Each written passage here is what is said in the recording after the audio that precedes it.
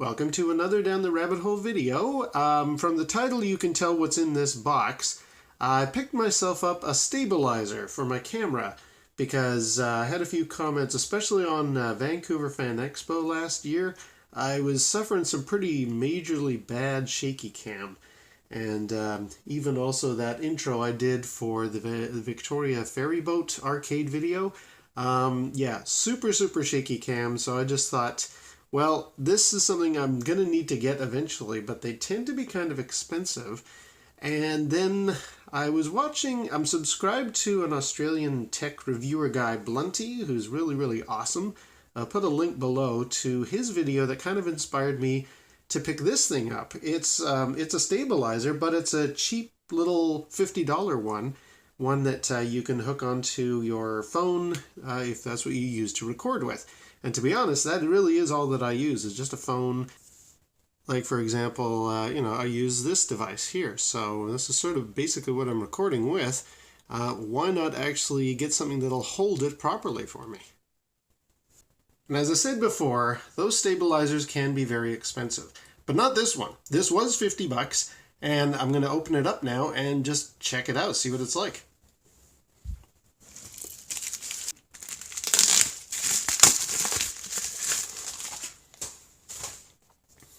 So here it is. This is the X-Cam Sight2, the D404.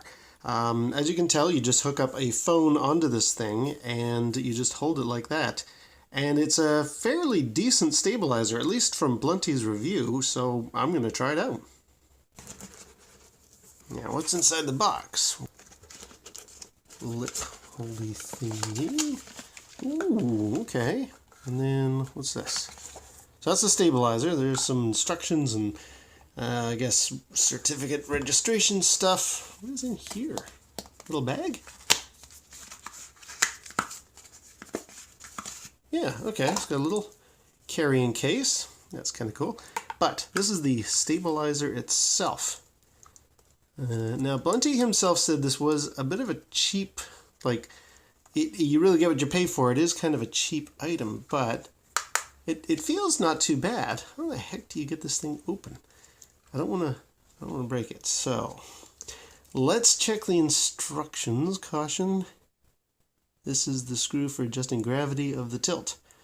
It should not be screwed lower than top of the plastic cone or the gimbal will be damaged. Okay, so very careful stuff here. I'll tell you what, I'm just going to check the instructions before I try yanking this thing, but it looks pretty decent. I mean, the quality's not too bad considering it was only 50 bucks. Bear with me here.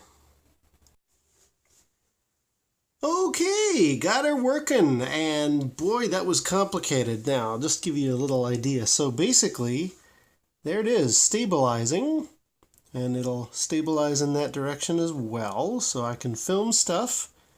And I'm going to do a demonstration of this in a little bit, but yeah, just wanted to talk about some of the hiccups. The fact that the light is on gives you the indication that it's actually on, and there are little motors that run to keep the whole thing safe and secure and solid. But the setup of that was really tricky. Oh, in addition, I guess while I'm here, there are some kind of neat features on this thing. You can actually there's a little trigger here that allows you to tilt up, and you can tilt down. So that's pretty cool. And apparently if you push the button in, it'll take a picture. I don't know if I'd heard that or not. Now, setup was really hard. First of all, it does come with instructions here that show you step by step. I guess I'll set that guy there for a second.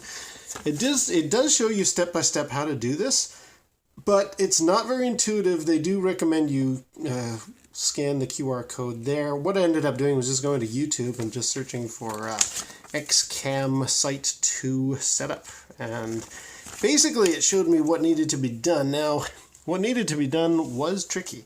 In a nutshell, first you got to put your device in, and you want it to be fairly centered here.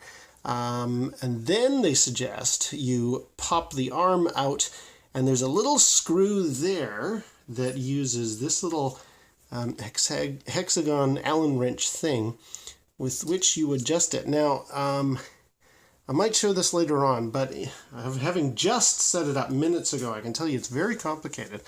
In fact, here, let me turn this off. So basically, what they suggest, first thing you want to do, so the whole thing is still set in, what was the configuration? It was originally like that. And basically they say, okay, put your device in and make sure that it's balanced that way. And it kept kind of leaning that way for a while. So I thought, okay, really, really carefully got it to balance in that direction. Then I popped open the arm and they say, okay, so now just see that it doesn't swing too far that direction or that direction. And I couldn't get the darn thing to center. Like I sat here and I messed with the little nut in there for ages and ages, and I could never get the thing to hold still. But I don't think it needs to be that solid, because obviously I got it working finally. So I think as long as the thing is going to hold for long enough for the thing to sync with Bluetooth, because yeah, it does take a charge. You just plug it in there with a little included power cable, standard sort of USB to micro USB thing. Yeah, as long as you can get it at least to this position and then you turn it on, yes, it'll lo and behold, I mean, it's off now, but it will stabilize. So yeah, it's a fairly convoluted setup, but totally worth it in the end. Now I guess what we should do is try out some actual footage. Alright, just going to do some comparison shots of with and without the stabilizer or gimbal.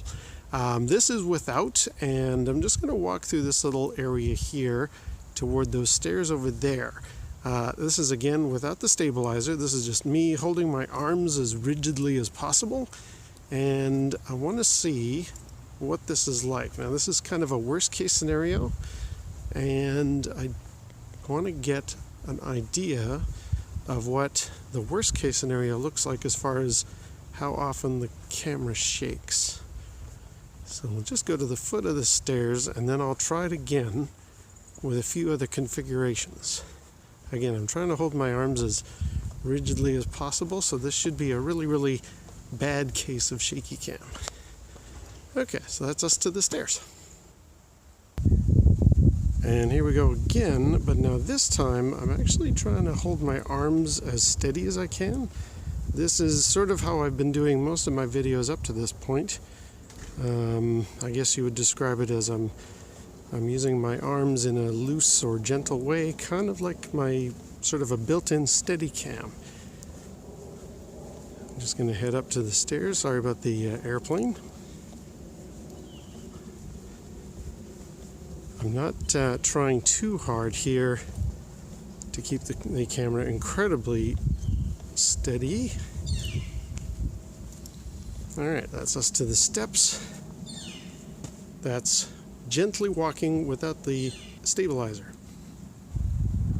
And now this is with the stabilizer in my hand, but again, I'm walking rigidly. I'm holding my arms very, very straight.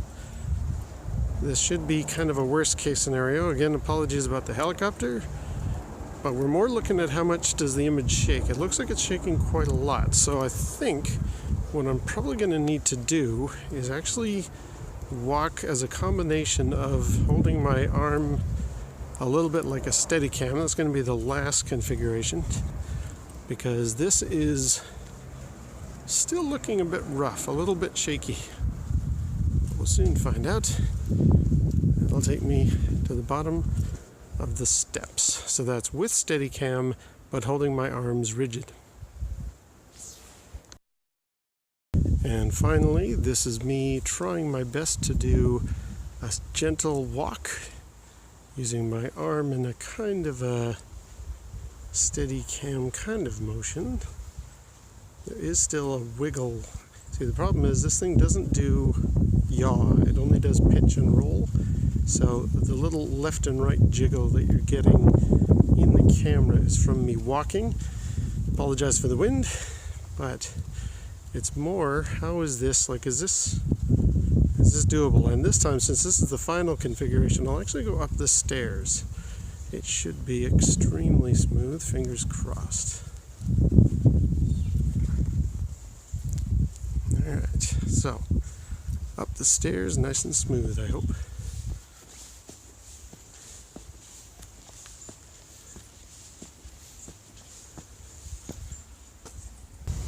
Alright, for the last bit, I'm going to just show this thing in action here, this swivel motion with a little picture-in-picture.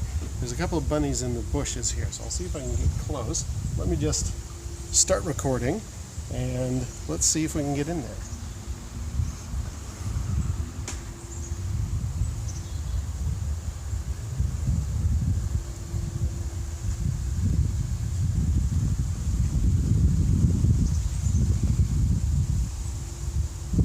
Luck, I got them.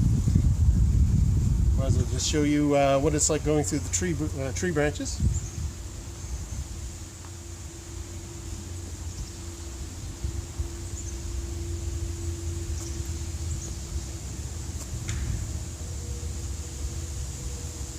All right, I hope that comes through on the camera. So what's my final conclusion about the X-Cam Sight2 gimbal stabilizer, whatever the heck this thing is called? I like it. I definitely like it for the price tag. Very, very good. Not perfect, though. The fact that it's only pitch and roll and doesn't have yaw means that as I walk, I'm going to be doing that kind of shaky... I'll have to be careful how I walk around, I guess, is basically it. I do like the sort of ability to pitch up and down. That's really cool. And pushing the button to take a picture is not bad. Although I did find when I was outside doing the walking test, I did have a few little short snippets of footage left on my camera that I thought, okay, well, why are those there?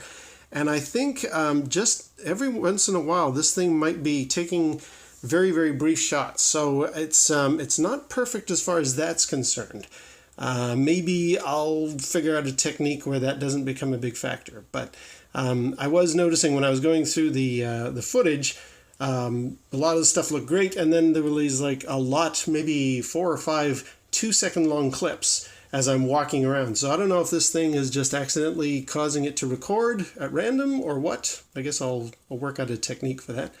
I'm also not a big fan of this light. I mean, it's great that it shows me the thing is turned on, but that is going to be a bit of a problem because it's going to leave reflections on stuff I'm recording. I might put a bit of tape over that or something. This thing already looks like an alien device, and if I walk up at an event with that thing glowing, people are going to be a little put off by it. So I'm not sure that I want the light. The power light does, can you make that out? Yeah, the power LED does turn on, so that's enough of an indicator. I don't need a big searchlight on the back of it as well.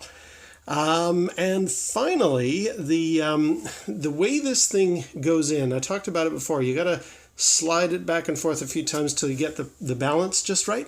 That means you can't just sort of pop this thing, whatever your device is for recording, you can't just pop it in and out rapidly in succession in different situations. Like, you're going to kind of want to leave this thing in here all the time. So it's not stellar. I mean, it does require a bit of setting up every time you want to use it. So maybe I'll just, when it's not in use, I'll just turn it off. In fact, let's do that right now. And maybe I'll just have the thing packed away in the bag like that, if that'll all fit. I'm not entirely sure. However, again, for the price tag, I'm very, very happy.